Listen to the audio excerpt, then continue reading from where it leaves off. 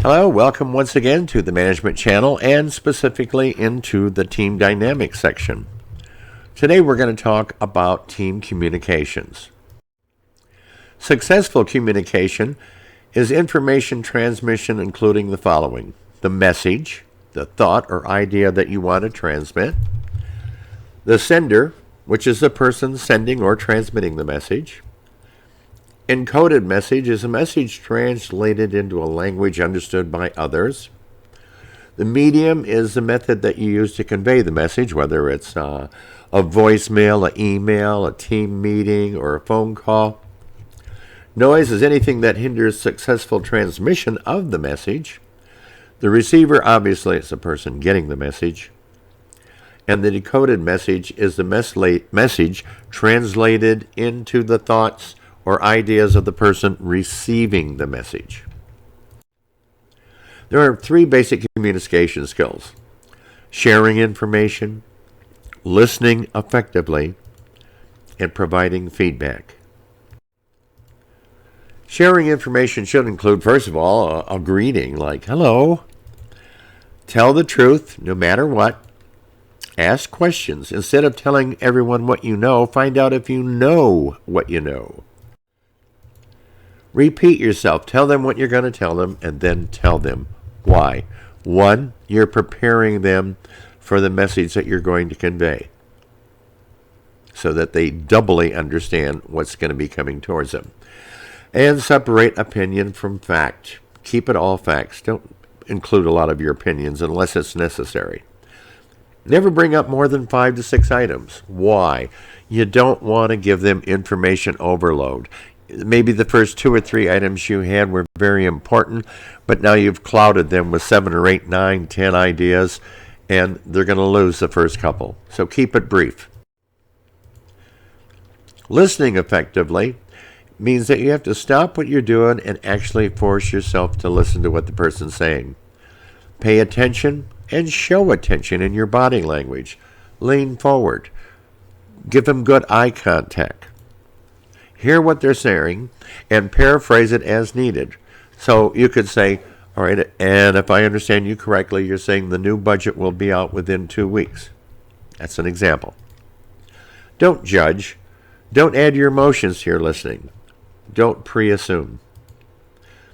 Watch for nonverbal signals if you're face-to-face, such as rolling their eyes, sitting back, folding their arms, or having even like a disgusted or disturbed look on their face.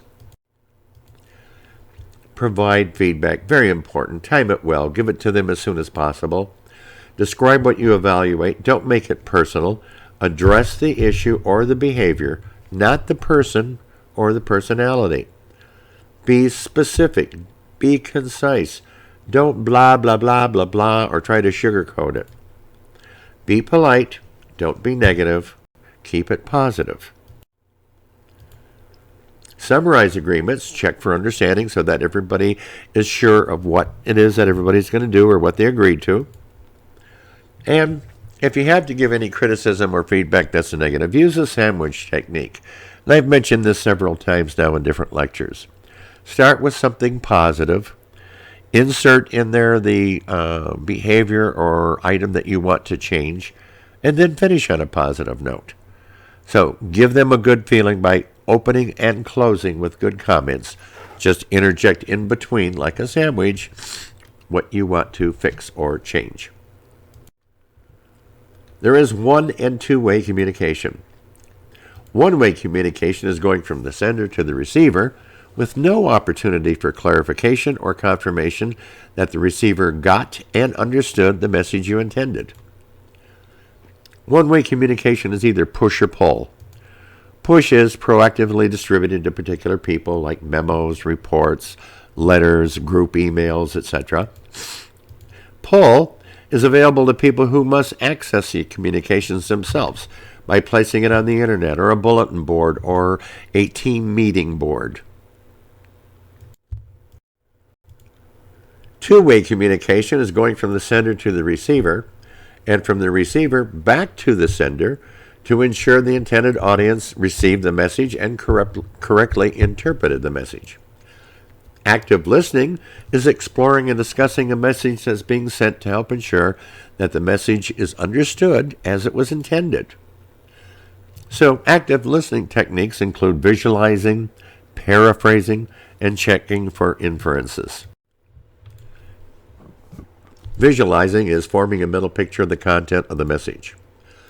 Paraphrasing, again, is explaining the message and its implications as the receiver understands them back to the sender in different words, so to make sure that you both understand what was transmitted.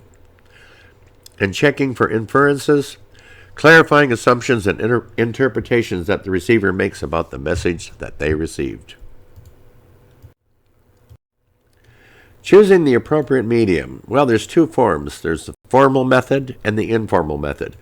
Formal is pre-planned and conducted in some kind of a standard format in accordance with maybe an established schedule.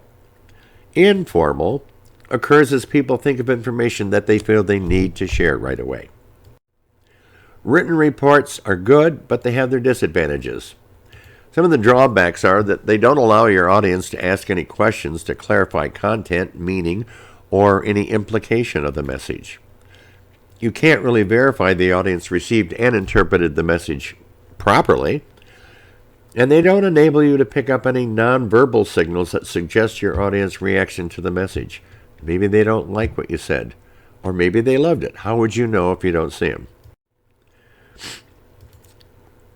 Communication and collaboration can support teamwork in four unique ways. Technology can gather and present needed information and documents as needed in a timely manner. Technology helps team members communicate internally and externally. Collaboration techniques help teams process information by providing systems to structure brainstorming, decision-making, problem-solving, or general communication. And technologies such as electronic meeting systems can help structure through meeting agendas, assignment charts, presentations, and various project management tools. When selecting the right technology, the factors to consider is that there's really no one best technology for virtual teams. And the technology used depends on the characteristics of the task. It depends on characteristics of the team and their social or group process. All technology is useful somewhat, but it's not very useful for negotiating highly emotional conflict. Theories to consider. Media richness, types with feedback, multiple cues, and personal focus could be text, print, audio, video, and so forth. Adaptive structure, teams adapt and utilize technology for various task needs, like video conferencing or group emails. So as you can see, the types of meetings created by information technology are listed below, and I'm going to let you read through those for a moment. If you need to pause, please feel free to do so.